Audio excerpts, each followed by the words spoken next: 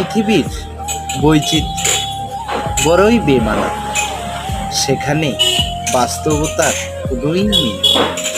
শুধু একটি বিষয় না বললেই নয়, পৃথিবীতে যাহা কিছু রয়েছে সেখানে শুধুই রয়েছে মানুষের সৃষ্টি। হ্যাঁ, এখানে একটি কথা আবার ভুল বললাম না তো, মানুষের সৃষ্টি আর উপর আল্লাহর সৃষ্টি কিন্তু এক নয়। মানুষ সৃষ্টি করতে পারে ঘর বাড়ি, দালান কোঠা, গাড়ি বাড়ি, এই তো।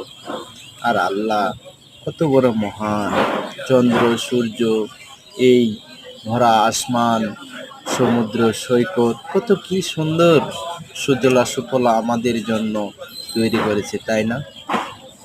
হ্যাঁ, এ থেকেই আমাদের বাস্তবতা চরিত্র তুলে ধরলেই নয় যে মানুষ আমাদের সৃষ্টি আর আল্লাহর সৃষ্টি